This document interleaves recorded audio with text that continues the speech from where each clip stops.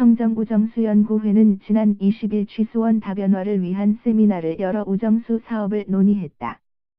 왼쪽부터 김영우 낙동강 유역환경청 유역관리국장, 박창근 가톨릭관동대 교수, 박현건 경남과학기술대 교수, 박재현 인제대 교수. 안심하고 먹을 수 있는 깨끗한 물을 부산 시민에게 식수로 공급하기 위해 경남도가 추진했던 이른바 우정수 사업이 폐기 5년 만에 부산과 경남에서 되살아나고 있다.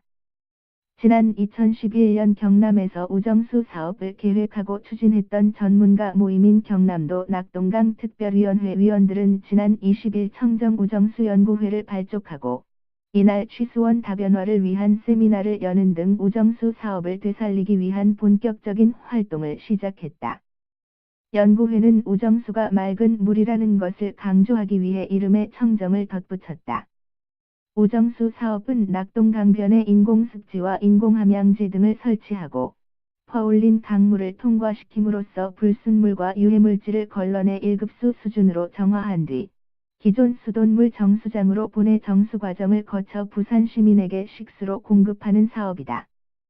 경남도는 김두관 경남지사 시절이던 2011년 이 사업을 부산시에 제안하며 부산과 경남이 사이좋게 물을 나눠 먹는다는 뜻으로 우정수라고 이름 붙였다.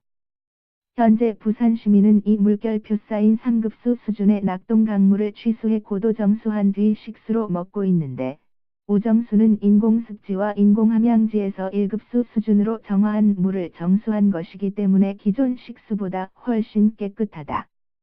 게다가 강변 지하에서 뽑아 올린 강변역 과수도 걸러내지 못하는 미량 유해물질까지 걸러내는 것은 물론 강변역 과수보다 훨씬 많은 식수를 생산할 수 있다. 이미 미국, 일본, 오스트레일리아, 네덜란드, 독일, 프랑스 등에서 이 방식으로 식수를 확보하고 있다.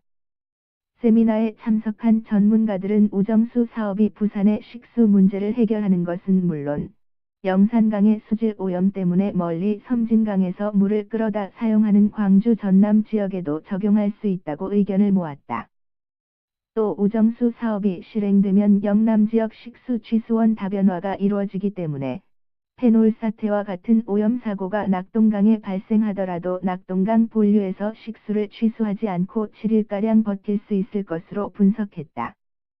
하지만 2011년 당시 부산시는 경남 진주와 부산 사이에 관로를 설치해 남강댐 물을 식수로 공급받겠다며 경남도의 우정수 사업 제안을 거절했다. 2012년 말 취임한 홍준표 경남지사는 다음 해 초 우정수 사업을 폐기하고 부산에 식수를 공급하는 방안으로 지리산댐 건설을 추진했다. 그러나 우정수 사업을 거절했던 부산시가 지난 10일 환경부에 이 사업의 타당성 연구 용역을 의뢰하면서 폐기 5년 된 우정수 사업을 되살려냈다. 부산 지역 시민단체인 녹색도시 부산 20일 추진협의회와 먹는물 부산시민네트워크도 지난 14일 정책토론회를 여는 등 우정수 사업에 깊은 관심을 나타내고 있다. 박창근 청정우정수연구회 회장, 가톨릭관동대 교수, 은 우리나라는 댐 밀도 세계 1위를 기록할 만큼 댐이 많아 식수 확보를 위해 댐을 더 건설하는 것은 타당하지 않다. 그런데도 이명박 정부는 내 대강 사업을 하며 낙동강에 8개 보를 건설해 식수 문제를 더욱 악화시켰다. 우정수 사업이 식수 문제를 해결할 최선의 방안이라고 생각한다고 말했다. 글 사진 최상원 기자 CSW-한이.co.kr